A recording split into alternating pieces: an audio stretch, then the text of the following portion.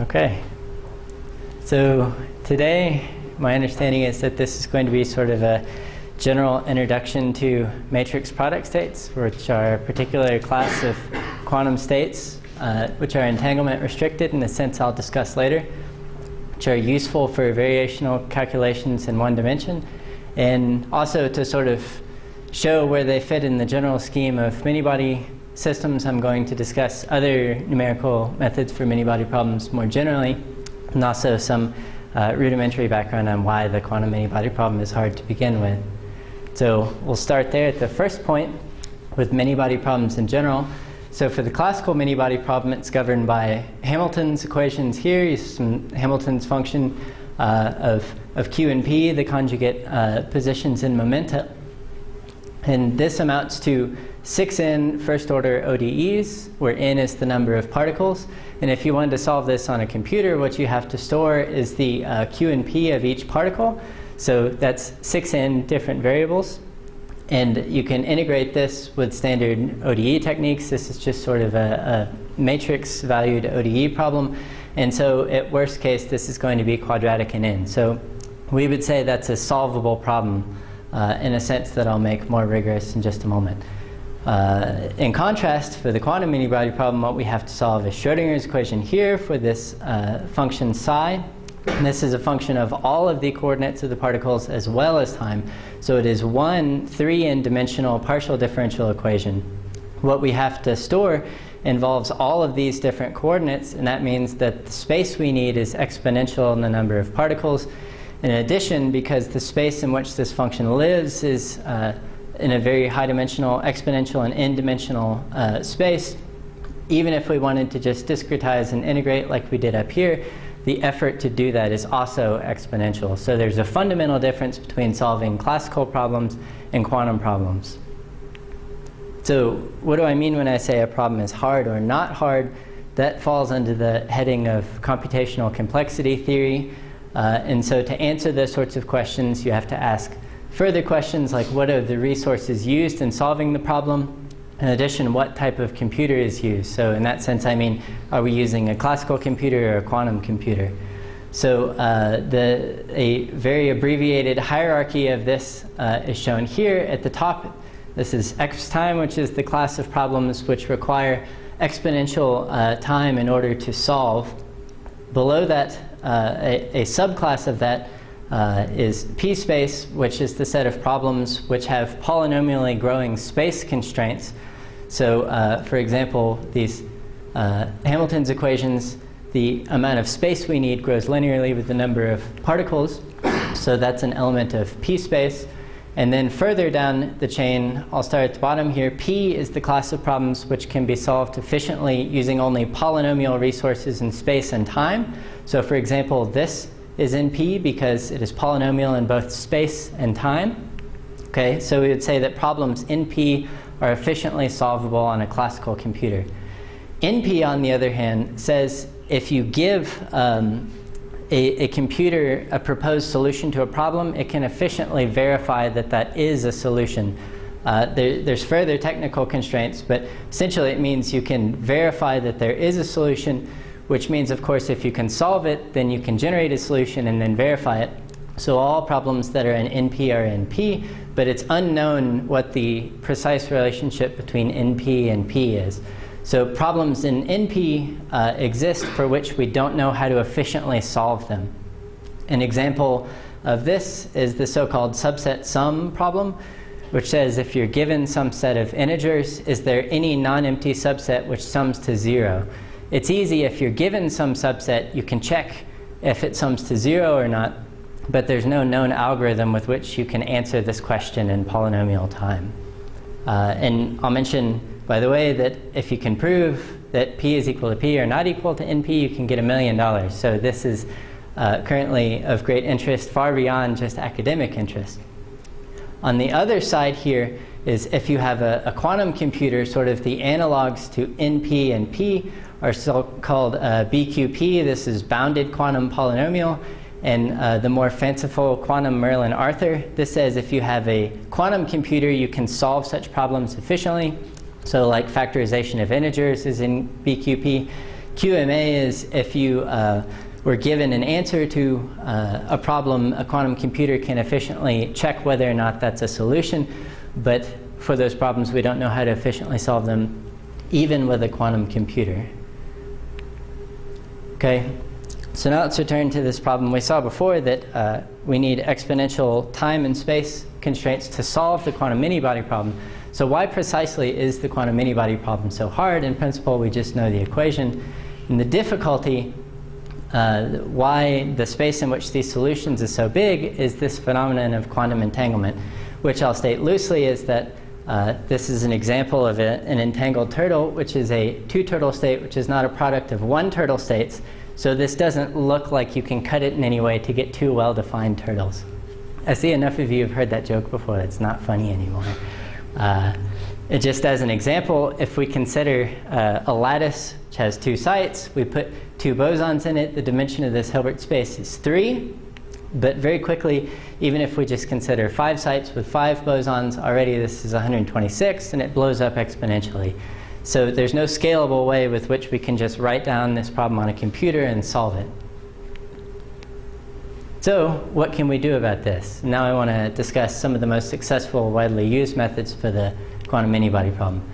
The most popular, maybe most popular, way of dealing with entanglement is just to forget about it. And so you pretend that states in Hilbert space actually do look like product states. You write down some ansatz, which is just a factorizable wave function, and this is what we call mean field theory. So in this theory, there are no quantum fluctuations. It's not a real quantum theory, and because of that, it fails to describe many phenomena which rely crucially on quantum entanglement. So what I would say is the most successful and most rigorous mean field theory is density functional theory. I say it's a mean field theory in that the thing that you optimize within this theory is the density itself, which is a one-point function, so it's a mean field. And it's protected by theorems that if you know the density and you know some universal functionals, you can get anything else as a unique functional of the density. So kinetic energy, potential energy, anything you want to measure, all of these are unique functionals of the density alone.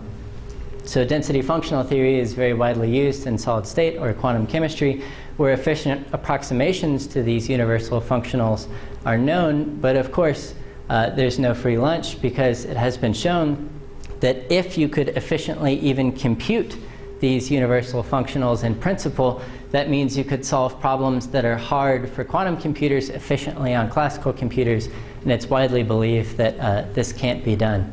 So it's that, yes, density functional theory may be an excellent approximation.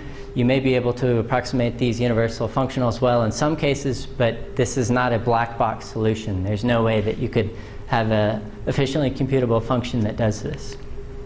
Another popular method which has grown in popularity recently is dynamical mean field theory, in which you take a full interacting mini-body problem and you map it in an exact sense to an impurity problem, and then the approximation here is that you approximate the self-energy as being local or as being momentum independent. In that sense, it's a mean field theory. But this has been very successfully used even in strongly correlated phenomena, such as describing multi-orbital Mott transitions. So, of course, you can just write down your problem on a computer and exactly diagonalize the resulting matrix. People make their living doing this. While it scales exponentially, exponentials can be small for small values of the argument. And so the way that you do this efficiently is you very carefully consider all of the symmetries of your system, both internal symmetries, like rotation, spin rotation symmetries, for example, or particle number conservation, as well as point group symmetries of the lattice itself. The nice things about exact diagonalization are that you actually produce wave functions. So anything you could possibly want to know about your system, you can compute and measure. You can do dynamics. You can do quantum information measures, which may not be the outputs of any Hermitian observables. And the sort of present limits nowadays for exact diagonalization are about 100 billion states, or Hilbert spaces of linear dimension 100 billion, which is 20 or so spins on a lattice. In addition, you can do exact diagonalization combined with clever resummation techniques. So for example, if you wanted to study your model on this particular square lattice, you could solve exactly several such rectangles like this, and then organize the results such that subleading terms finite size effects cancel. And these generally go under the name of cluster expansions, although there are different types of cluster expansions. However, it's difficult here because there are many ways with which you can draw a box with a given volume within a larger system. This is called the graph embedding problem, which is also hard to solve. And even when you consider the graphs themselves to be fixed, so for example here you could split your system up into smaller subgraphs and then diagonalize each one of these individually. Each one of these subgraphs experiences strong finite size effects. How to dynamically adapt for that is still generally an open problem. Okay, so the next thing you could do is you could sample the parts of Hilbert space which are important. So to give you an idea of how this works, you could ask yourself, what is the probability of winning in solitaire? Finding the actual answer is hard, and that's why we don't know what the actual answer is. But if you play 100 games and take the average, you'll get a pretty good estimate. So we can imagine doing a similar thing with many-body systems. So of course this was considered long ago in 1953 by Metropolis et al. And I'll read you a few points from this paper which are of interest. They've developed a general method suitable for fast computing machines, and I think you guys have one of those. There it is. Yeah, so good so far for investigating, so on and so forth. Classical statistics is assumed. Sorry. So we know how to do this efficiently for the classical problem, at least. That was solved in 1953. So the way this is done is the so-called Metropolis algorithm. So what we want to do is we want to evaluate some thermodynamic average, some quantity, say A, and we do that by sampling these Boltzmann factors. And so the way the Metropolis algorithm does this is it samples a Markov chain of configuration, so it somehow changes a configuration, and then it accepts that configuration based on a probability associated with the different Boltzmann factors. And the way in which you sample these ensures ergodicity, that you sample the entire phase space, as well as detailed balance. So for example, if we had a chain of spins, like Ising spins, then you pick one particular spin, then you flip it, you determine whether or not you accept that particular configuration, and then you measure independent of whether or not you accept it. So for quantum systems, we can use this fact that generally you can map the quantum partition function into a d-dimensional quantum partition function into a d plus 1 dimensional classical problem, where the additional axis corresponds to imaginary time, which is just the thermodynamic beta, or the inverse temperature. So as temperature goes closer to 0, the scale of this part of the system grows larger and larger. And then the configurations in the quantum system become world lines on this real space imaginary time plane, and you can sample those with classical Monte Carlo. So okay, we found a way to get a quantum problem down to a classical problem. However, this is not the end of the story either, because not all configuration changes in this mapped classical problem have positive weight. In particular, systems which are fermionic and involve two fermions changing places, of course, get multiplied by a minus sign. And also systems of, for example, frustrated spins, where if you had anti-ferromagnetic coupling so that spins like to anti-align on a triangular lattice, then this spin doesn't know whether to point up or down, and you can generate negative weights. So you don't know how to sample negative probability distributions, and thus this mapping and using classical Monte Carlo breaks down. So you can say, what happens if I just ignore this sign and sample the positive weights? And it was shown in 05 that that leads to an exponentially growing error. And in fact, the so-called sign problem is in fact NP hard. So it's widely believed that P is not equal to NP. That means it's widely believed there's no general solution to the sign problem. However, for bosonic systems, unfrustrated spins, in certain particular special cases, you can find efficient Monte Carlo algorithms, and this is the method of choice still for these systems in greater than one dimension. As an example of what size systems you can reach, this is as of, say, 2010. You see as you go to lower temperatures, you can deal with less and less spins, but you can deal with, in principle, millions of spins, which is vastly larger than the 20 spins you can deal with exact diagonalization. I'll mention also that quantum Monte Carlo, by the same reason, cannot treat dynamics, at least in the way that I've presented, due to a phase problem. There's no way to efficiently sample the phase of a unitarily growing wave function. So there are other methods of sampling rather than this path integral Monte Carlo. For example, you could sum diagrams in a perturbation theories and stochastically generate which diagrams you sum over. There's no sign problem here, but it's generally perturbative. And in addition, there's so-called diffusion Monte Carlo, in which you want to find the ground state. So you can do that by the power method or by applying the imaginary time propagator. And you apply this in a stochastic way to get around the exponential growth of Hilbert space. So there's no sign problem, but you have to input, say if you have a fermionic wave function, you have to input a specific nodal pattern which specifies where the fermions lie, and then that nodal pattern doesn't change, so it's biased in that sense. It's not an uncontrolled approximation. Finally, you can combine sampling with other techniques.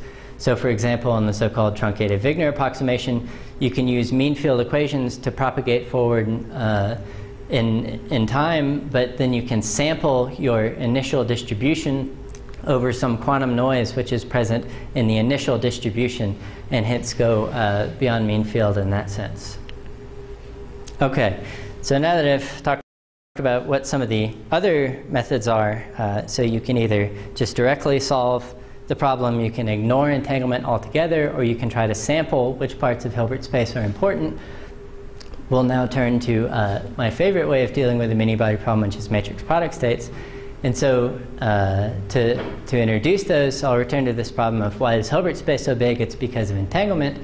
And then I will ask, in fact, is Hilbert space so big? And it's been suggested recently, it's sort of been the folklore for a long time, that Hilbert space is in fact entirely too large for anything that goes on in a reasonable quantum mechanical system.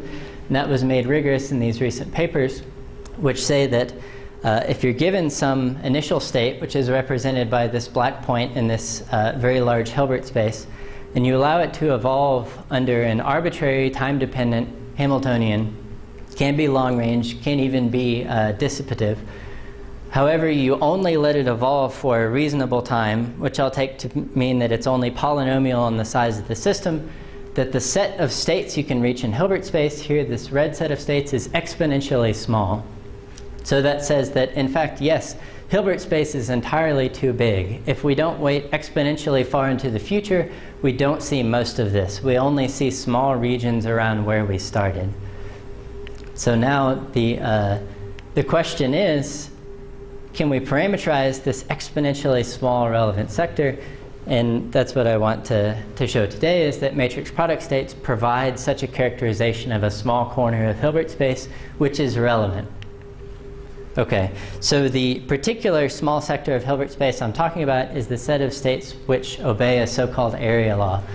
What the area law means is, consider we have some lattice system here, so each one of these yellow points represents some set of degrees of freedom. Could be particles moving on this lattice, could be spins. And then we take some subset A of these degrees of freedom. We say, how entangled are these with the rest of the system? We'll quantify that by the von Neumann entanglement entropy, but that's not entirely important. So if we just picked a random state out of the Hilbert space, then the amount of entanglement of this region with the rest scales with the volume of A. So in this particular example, it scales with this area A here. However, for many physical states, and I'll give you many examples, the amount of entanglement scales only as the boundary, so it scales only as a line in 2 dimensions here. And this is what I'll refer to as an area. It scales only as the area of this volume enclosed. So places where this is known to be true are in 1 dimension. If you have a gap in your mini-body system, by which I mean a spectral gap, you have the ground state of your system, and all excitations require some finite energy, and you have local interactions, then those satisfy an area law. So in 1D, the amount of area that you would cut out of your system is just a line, so that means that the boundaries of that are just 2 points, and the entanglement entropy is a constant if you're in a gapped phase. Notable exceptions to the area law are near quantum critical points in one dimension, where instead of scaling as a constant, you get a logarithmic correction in the length of your subsystem here. Still, this is much, much less than scaling with the volume, which would be a linear and L scaling. And we can show that we can still deal efficiently with such logarithmic violations to the area law. Okay, so now let's consider a one-dimensional chain. Again, each one of these represents some discrete set of degrees of freedom. And we can ask, can we satisfy an area law by construction on such a system? We can do so. So let's say that this is our particular length L. We want to know how entangled this is with the rest of the system. We can replace each one of these bonds between two of these circles by a pair of D-level quantum systems which are maximally entangled with each other. Okay? So now if we cut the same area out of these maximally entangled pairs, you see that the entanglement only occurs at the boundary. So all this entanglement which is generated inside of here does not talk to the rest of the system. It only talks to this other neighboring D-level system that it's entangled with. So in that way, this identically satisfies the area law. So then, to get back to our original system, we'll just perform some mapping from these sort of fictitious variables that carry the entanglement back into our physical set of states. And this is essentially what matrix product states do. And then you can generalize this idea outside of 1D. So in 2D, you don't have just pairs of these D-level systems which are entangled, but now you have such entangled pairs going in all directions. These are called projected entangled pair states, precisely because of what I just said. You produce entangled pairs and you project them onto the physical degrees of freedom. In addition, you don't have to have sort of simple topologies for how these pairs are connected.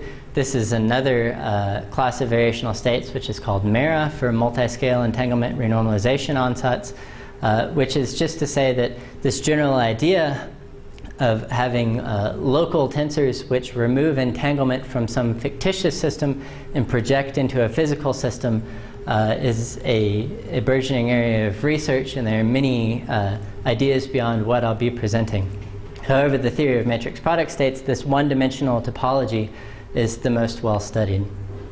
Okay, so before I talk about matrix product states in more detail, I'll introduce some notation. So for a tensor, for a matrix and their higher dimensional generalizations, I'll draw a box. The number of lines coming out of that box are the number of indices in our tensor. So 2 lines means we have a matrix. 3 lines, this is a 3-index tensor. And then I'll further define the convention that if a line connects 2 boxes, then that corresponding index is summed over. So here we have 2 boxes, each with 2 lines. A line connects them. That means we have 2 matrices, and the inner one is summed over. That's matrix-matrix multiplication. And you can imagine just getting rid of this because it connects the 2 boxes, and we again have 1 box with 2 lines, which means when we multiply 2 matrices, we get back another matrix. Okay, so now, given some matrix, we can ask how much information is in this matrix. And the answer to that question is provided by the singular value decomposition, which says we can write any matrix in terms of a product of unitary matrices U and V, which are weighted by a vector of singular values sigma. So this bond carries these singular values sigma. Those singular values tell you how important a particular set of vectors are in this linear transformation V going to U. In a similar way, now we have some high-dimensional tensor here representing a state of a many-body system. So these lines now represent the physical degrees of freedom. So these are the circles on the lattice I was talking about. And you see that this is a high-rank tensor. In other words, there's no way to sort of efficiently cut this into each local degree of freedom separately. However, we can ask how much information is actually in this state. We do so by means of entanglement compression, in which we turn this high-rank tensor into a contraction of low-rank tensors, each of which knows only about one of the physical degrees of freedom, And this is exactly the form of a matrix product state. And then here is precisely why I'm drawing these things with diagrams and not using the notation itself, just because the notation is terrible to look at. So why does entanglement compression work? So we can answer that by analogy. We'll return to our entangled turtle. This is just a two-dimensional pixel array, so we can do a singular value decomposition on this matrix and then reconstruct it using some small subset of the singular values. So if we use only a few of the singular values, we start to see some structure in the image. If we use more, we basically are able to recreate the image fully. So why were we able to recreate this image using only 100 singular values, even though the entire matrix itself has 340 singular values? The reason is that if you look at these singular values here on a logarithmic scale, they decay roughly exponentially, which means that there's some sort of special structure in this particular image which enables it to be efficiently compressed. If we just take a random pixel array and try to do the same thing, we see that the singular values are roughly flat over the entire spectrum, which means that we need to keep basically all of the information in the matrix to recreate it fully. In a similar way, if we pick out a random state out of Hilbert space, it's going to have a volume law scaling. We're going to need all of the information to recreate it efficiently. Whereas if you look at these special states in Hilbert space, like ground states of gap systems, they look more like things that we care about, pictures that we can discern structure in. And so they can be efficiently entanglement compressed or obey an area law. Okay, so now let's talk about some examples of matrix product states. Some particularly simple examples, of course, a product state. If your system is in fact separable, there's no entanglement. So if you had this one-dimensional chain, and at every side on the chain it was in the same state, then these matrices are one-by-one matrices with just a single entry. And it's trivial construction. A non-trivial example is the so-called GHZ state, which says you have all particles, say, in spin down and all particles in spin up. Now we have a 2-by-2 matrix, so this is the minimal amount of entanglement, sort of the minimally non-trivial matrix product state. And the entries of this matrix product state depend on this index I, which is encapsulating the physical degrees of freedom. And then another state that you can simply write down is the W state, which says it's an equal superposition of the first particle as spin up, second particle as spin up, third particle as spin up, and so on. So it's all of the translates of one particle having spin up. It's again a 2-by-2 matrix with a fairly simple structure. So now let's talk about some of the general properties of matrix product states. Of course, since this is a product over matrices, it's highly non-unique. There's a lot of redundancy here. Excuse me. In particular, we can insert any matrix X and its inverse between any two of these matrices, and we end up with exactly the same matrix product state. So this is, in some sense, a gauge degree of freedom. However, in one dimension and with open boundary conditions, you can use this to define a particular canonical form where all of the tensors to the left of some particular tensor obey this particular construction, and all the tensors on the right obey this particular construction. So now what does this actually mean? It says if we take one of these tensors and then we take its complex conjugate, that's what it means when the tensor is upside down. We sum over the physical degrees of freedom, and then we sum over the incoming bond degrees of freedom, that this is just the identity. Or if you like, all of these can be thought of as unitary matrices. These are just change of bases on the left. Similarly, on the right, all of these transform as unitary matrices when you're contracting from the right. So that means that only one tensor in the center somewhere carries all of the information about the norm and is not a unitary matrix. So it's sort of the expression of the wave function in this basis, which is given by the product of all these unitary matrices here. In addition, this object here, which we just used to define the canonical gauge, is also useful in talking about the correlation structure of matrix product states. So in particular, we can imagine this to be just a linear transformation. So we have some inputs on these bonds and outputs on the others. We can diagonalize this, and turn those into just rank 1 projections, and those will be weighted by some eigenvalues. So these projections tell you what the relevant correlations are in the system, and these eigenvalues tell you the strength of those correlations. And in particular, something that you can see is if you measure some 2-point correlation function. So here's your wave function, here's its complex conjugate, and you're measuring, say, a Green's function, A dagger here and A here. All these other physical degrees of freedom are summed over. You can take this tensor network in the center here and expand it in terms of this eigendecomposition, and you find that it is just a power series in these rank 1 projectors. That means that all correlations in matrix product states are exponentially decaying at some distance. That's perhaps not so surprising because matrix product states represent gap states in one dimension. It's known that gap states always have exponential decay of correlations, at least with short-range interactions. In addition, another thing about matrix product states is they are most efficient when you have open boundary conditions. And you can see that physically from this diagram here. We see if we have periodic boundary conditions and a small correlation length, and we ask how entangled is this particular block of the system with the rest of the system, since all of these spins are uncorrelated from these spins over here, it scales essentially the same way as with open boundary conditions. So that means we still satisfy an area law. However, as the correlation length becomes of the same order as the system size, this side of the system is correlated with that side of the system. That means you get essentially twice the entanglement that you do for open boundary conditions. And it turns out for matrix product states, that means you need the square of the resources for the same degree of error. So they're much more efficient at dealing with open boundary conditions. Okay, so now that I've talked a little bit about matrix product states, I want to show you the simplest matrix product state algorithm, which is time-evolving block decimation. This is how you propagate a matrix product state forward in time. So we have some matrix product state here, and we want to apply the propagator to it. So the propagator is, in general, a many-body operator. It acts on the full Hilbert space, and it takes it to the same Hilbert space. Okay, so it takes many-body states to many-body states. Well, we don't know how to perform this particular tensor contraction efficiently because it involves all of the physical degrees of freedom that scales exponentially with the system size.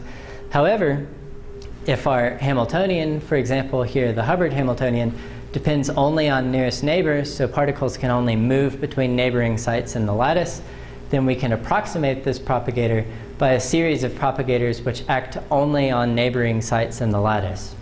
So this is just the Suzuki-Trotter decomposition. Now, if we consider applying this approximate propagator to a matrix product state, we see that we can do it efficiently in the following way. Consider applying this 2-site propagator to these 2 sites. First, we contract those interior bonds and turn this into a rank 4 tensor. Then we can apply entanglement compression to split that back into 2 rank 3 tensors. This is just like performing a singular value decomposition. Then if we do that to all of these other 2-site unitaries, we end up again with another matrix product state. So this is a way, given a matrix product state, given a Hamiltonian which is nearest neighbor, to turn matrix product states into matrix product states at later times.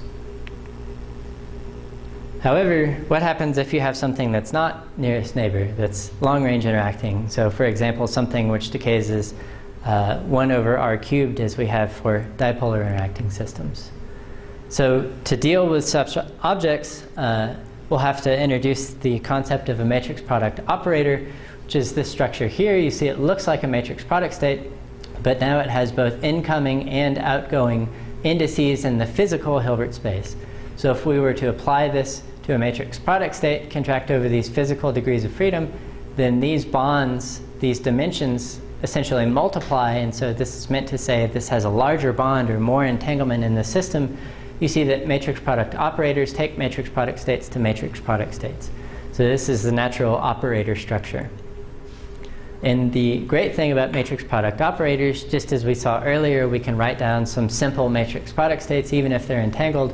In a similar way, we can write down many operators which are of interest.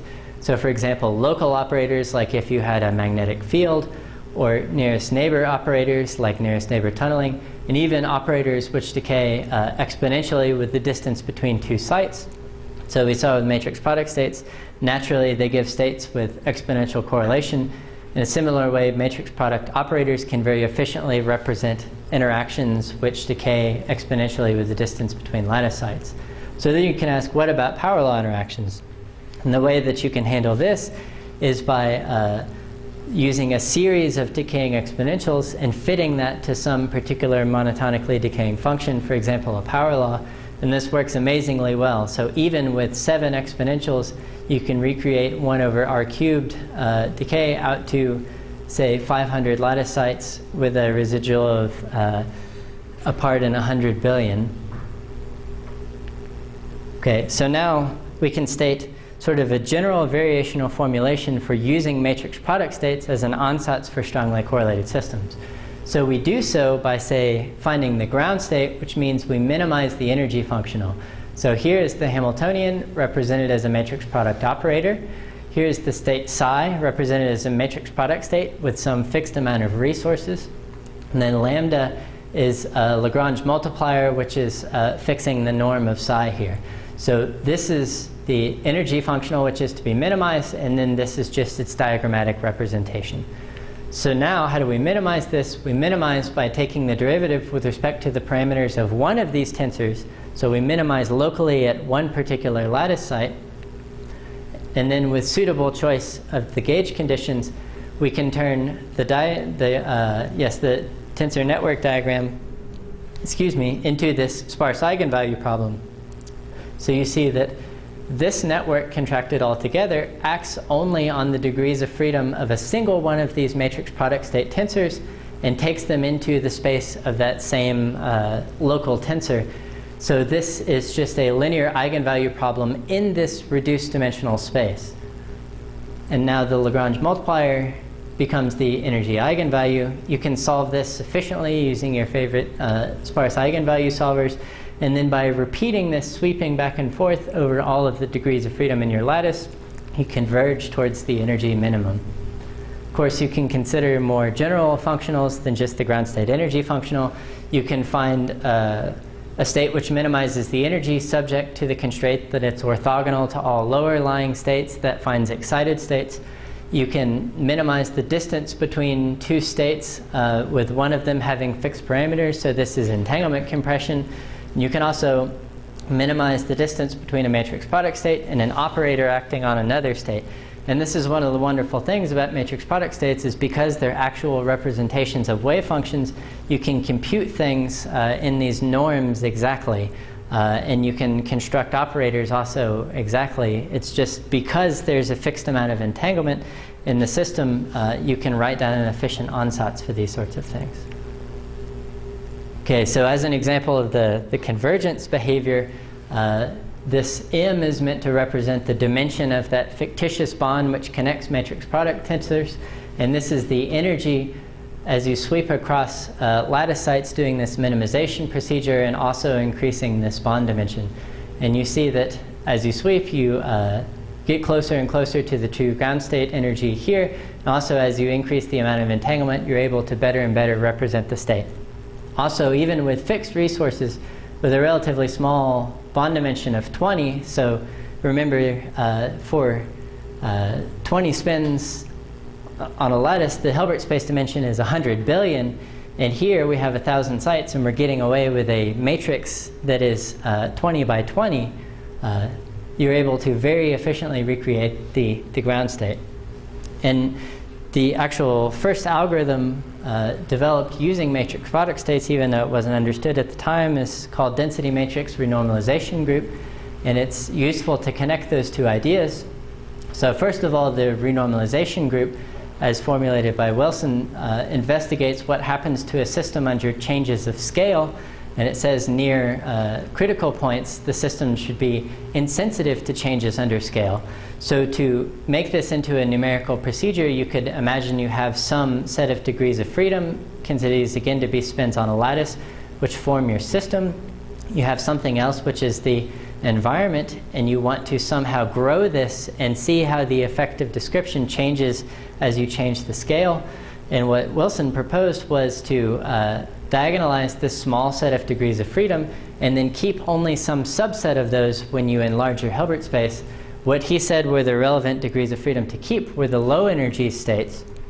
However, generally this turns out not to be true, and you can see this in a simple example of just free particles in an infinite square well. Because if you were to diagonalize the block and keep only the lowest energy state and then try to create the ground state of a box which is twice as wide, the only thing you can get with the ground state is something which has a node in the middle. So it doesn't reproduce the ground state of the full box. And so the density matrix renormalization group says instead of keeping only the low energy states, you keep those states which are most strongly entangled to the rest of the system. And this is precisely what matrix product states does when you use them as a variational ansatz.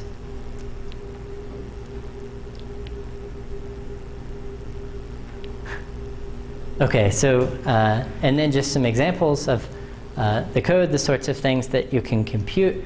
As an example, you can take the Ising model because you can solve this exactly. Here you have spins which can point either up or down, so spin a half on a lattice. They're coupled together through the z components of their spins on nearest neighbors, and there's also a transverse field which wants to align them along the x direction. So using matrix product states, you can find the energies of the ground state, the first excited state, see how the gap closes using the energy functional minimization that I talked about earlier. What I'm showing in this plot is if you take your system and cut it at some particular bond I, then how entangled is the left half of the system with the right half of the system? And you can see that away from the quantum critical point, this is essentially flat, which is a statement of the area law that the entanglement entropy is constant. Whereas as you move towards the critical coupling H here of 1, you see this starts to curve. So that says that this has some dependence with how large of a subsystem you take, which is a violation of the area law. So this is just showing those logarithmic violations I showed earlier. By characterizing the strength of the logarithmic violation by the central charge C of the conformal field theory describing criticality, you can very precisely nail down where the quantum critical point is using finite size scaling. You can determine all the critical properties that you're interested in. I had an animation, so I didn't have to say that in words. Oh, and sorry, this is some dynamics where now we're taking this field and starting deep in the ferromagnetic phase and quenching to the paramagnetic phase, looking at the non-adiabatic part of the energy, the density of Bogoliubov particles, and then also the entanglement entropy of the central bond. So this is looking at Kibble-Zurich type scaling phenomena, but this is just to show that with matrix product states, because you can compute wave functions, you can compute anything of interest that you want, even if it's not something which can be measured in an experiment. So quantum information measures like entanglement entropies are also immutable. And of course, the Ising model is exactly solvable, so it's good for benchmarking, but also to show you can apply exactly the same code to the dipolar Ising model, where now the couplings fall off as 1 over r cubed. You see qualitatively similar behavior in the gap, although when you're far away from the critical point, you see some non-integral behavior here. The quasi-particles start interacting. Again, away from criticality, you see that it obeys an area law, even though it has long-range couplings. Near criticality, you see curvature, which is logarithmic violations to the area law. We can use that to extract roughly where the critical point is. We see that it's shifted, and then also determine all of the critical behavior using finite size scaling once we've gotten a rough estimate here. And then using matrix product states, exactly the same algorithms, just using different inputs. We can compute the dynamics of this long-range interacting system, which of course nothing else but exact diagonalization would be able to do in an unbiased fashion. So with that, I'd like to thank you for your attention.